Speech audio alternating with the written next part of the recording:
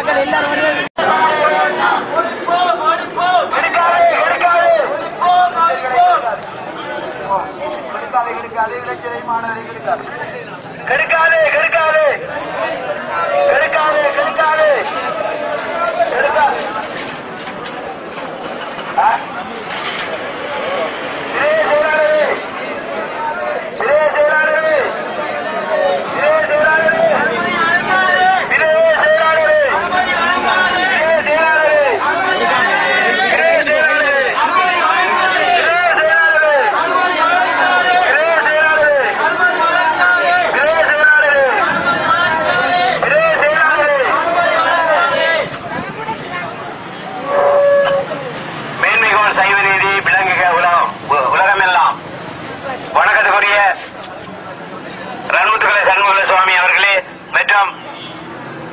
ரவிஜி குருக்கள் ஐயா அவர்களே,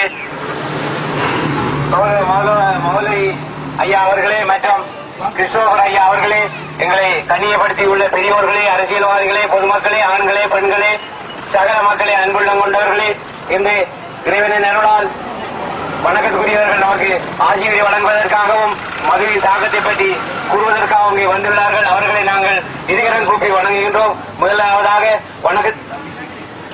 வணக்கத்துக்குரிய ரவிஜி குருக்கள் அவர்கள் இந்த மதுவின் தாக்கம் பற்றியும் இந்த செயற்பாடுகளை பற்றியும் மக்களுக்கும் சமூகத்துக்கும் நல்ல கருத்துக்களை மிகவும் சுருக்கமாக கூறுவார்கள்.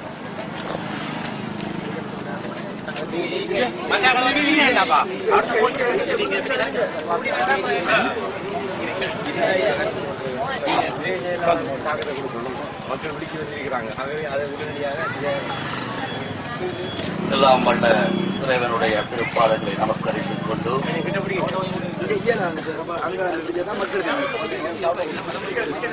ஒவ்வொரு பிரதேசத்துக்கும் ஒவ்வொரு ஊருக்கும் தேச வழக்கு புனிதத்துவம் காணப்படுகின்றது. அதேபோன்று இந்த காரதீவு நகரம் என்றால் சர்வதேசத்துக்கு நல்வழி காட்டிய நகரம். நான் இந்தியாவில் இருக்கின்ற போது ஒரு சிறந்த ஒரு பேச்சாளராகிய கோபாலகிருஷ்ணன் அவர்கள் கூறினார்கள், ஐயா, அம்பாறை மாவட்டத்தில் காரதீவு என்ற நகருக்கு நான் வர வேண்டும், அந்த மண்ணை தொட்டு வணங்க வேண்டுமா? ஏனென்றால் அருளாளர்களும் மகான்களும் சித்தர்களும் அவதரித்த ஊர். ஆனால் இப்ப எப்படி இருக்கின்றால் காரதீவு என்ற ஒரு புனித ஊரிலே ஒரு கரும்புள்ளியாக இந்த மதுசாலை காணப்படுகின்றது. இப்படிப்பட்ட மதுசாலை வேண்டுமா?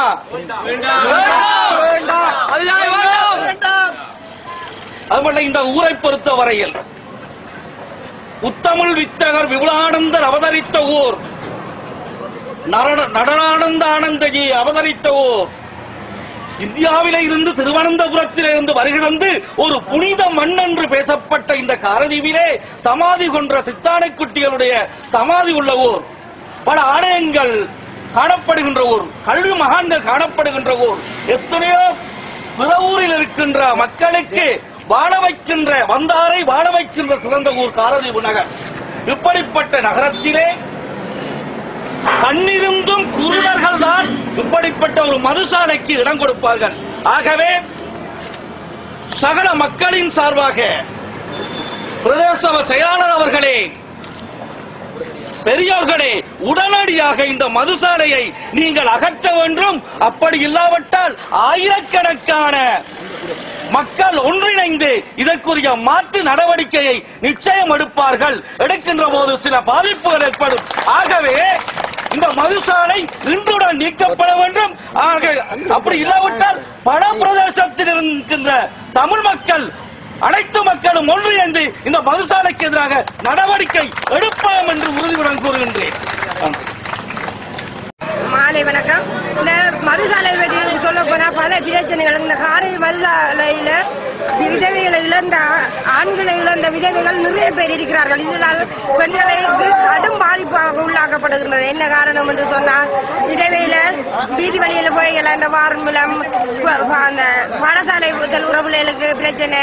இந்த வாரம் இருக்கிறதால எங்களுக்கு கடும் பிரச்சனை. என்னென்னா, தொழிலாளர்கள் தொழில் செய்து வந்துதான் சாப்பிடக்கூடிய நிலையில் இருக்கக்குள்ள பெண் வறுமை என்ன கண்டால் 100 ரூபா உழைச்சி வந்தா 80 ரூபா மார்க்கு போது 20 ரூபா வீட்டுக்கு கொடுக்கறதால பிள்ளைகள் படிக்கல நிலைமையில இருக்கு. கஷ்டத்துக்குள்ள அது குடும்பங்கள் பல வறிய நிலையில இருக்கு. அதிலிருந்து காரதி பிரதேசத்தில் இருக்கிற வார எடுத்து தரும்படி மிகவும் தலைமையுடன் மக்கள் சார்பாக நாங்கள் கேட்டுக்கொள்கிறோம். இதை எங்களை வேண்டுகோளாக மேற்றுக்கொண்டு மிக மனப்பால் தன்மையுடன் இந்த வார எடுத்து தரும்படி மிகவும் மக்கள் சார்பாக கேட்டு இதை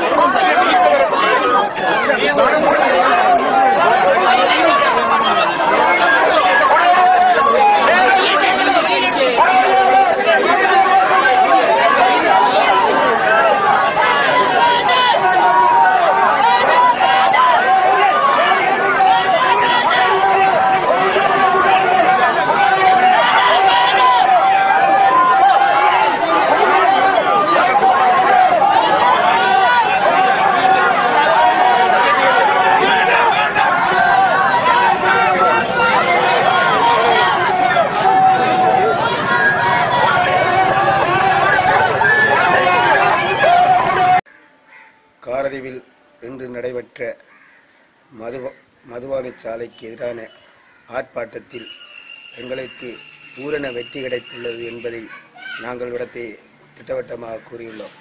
ஏனென்றால் இன்று அந்த சாத்வீக வழியில் அந்த போராட்டம் மேற்கொள்ளப்பட்டது.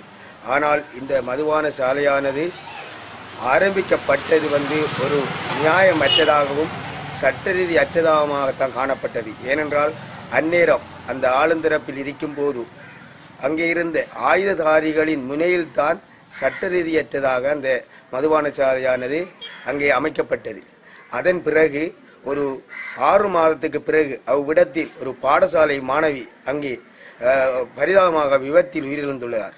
அதன் பிறகு மீண்டும் ஒரு விவசாயி ஒருவர் அவ்விடத்தில் உயிரிழந்திருந்தார் விபத்தின் மூலம். அதன் பிறகு ஒரு சலவை தொழிலாளி அவர்களும் காலுடைந்து இன்றைக்கு அந்த குடும்ப நிலை பாதிக்கப்பட்டதாக காணப்படுகின்றது. அண்மையில் நடந்த அவ்விடத்தில் விபத்தில் ஒருவர் இன்றைக்கு மனநோயாளியாக காணப்பட்டு கொண்டிருக்கின்றார். அவர்களின் குடும்ப நிலை இன்றைக்கும் எவ்வளவு கஷ்டமாக இருக்கின்றது.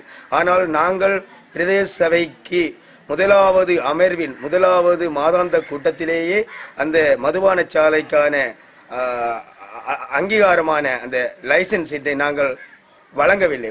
லைசன்ஸ் பத்திரத்தை நாங்கள் வழங்கவில்லை. ஏனென்றால் எங்களுடைய கிராமத்துக்கு மதுபான சாலை தேவையில்லை என்ற ரீதியில் தான் நாங்கள் வழங்கவில்லை. அதற்கு பிறகாக காரதீவின் உண்மையாக பொது அமைப்புகளின் முழுமூச்சான நிலையம் மற்றது காரதீவு இந்து சமய விருது சங்கத்தையும் சேர்ந்து நாங்கள் நடத்திய இந்த ஆர்ப்பாட்டத்தின் போது எங்களுக்கு தற்காலிகமாக 5ஆம் தேதி மட்டும் இந்த மதுபான சாலையை அடைப்பதற்காக மூடப்படுவதற்கான தீர்வு அங்கே முன்வைக்கப்பட்டது. அதன் பிறகும் அது தொடர்ந்தும் அது மூட வேண்டிய கட்டாயம் எங்களுக்கு தேவை. ஏனென்றால் எங்களுடைய கிராமமானது முத்தமிழ் பெற்றெடுத்த கிராமம். அந்த வகையில் அங்கு எங்களுக்கு மதுபான சாலையோ அல்லது வேறு இந்த ஒரு கலாச்சார செயல்வழியான தேவையோ எங்களுக்கு தேவையில்லை. ஆகவே இந்த மதுபான சாலை அகற்றப்பட்டது எங்களுக்கு மிகவும் சந்தோஷமாக உள்ளது.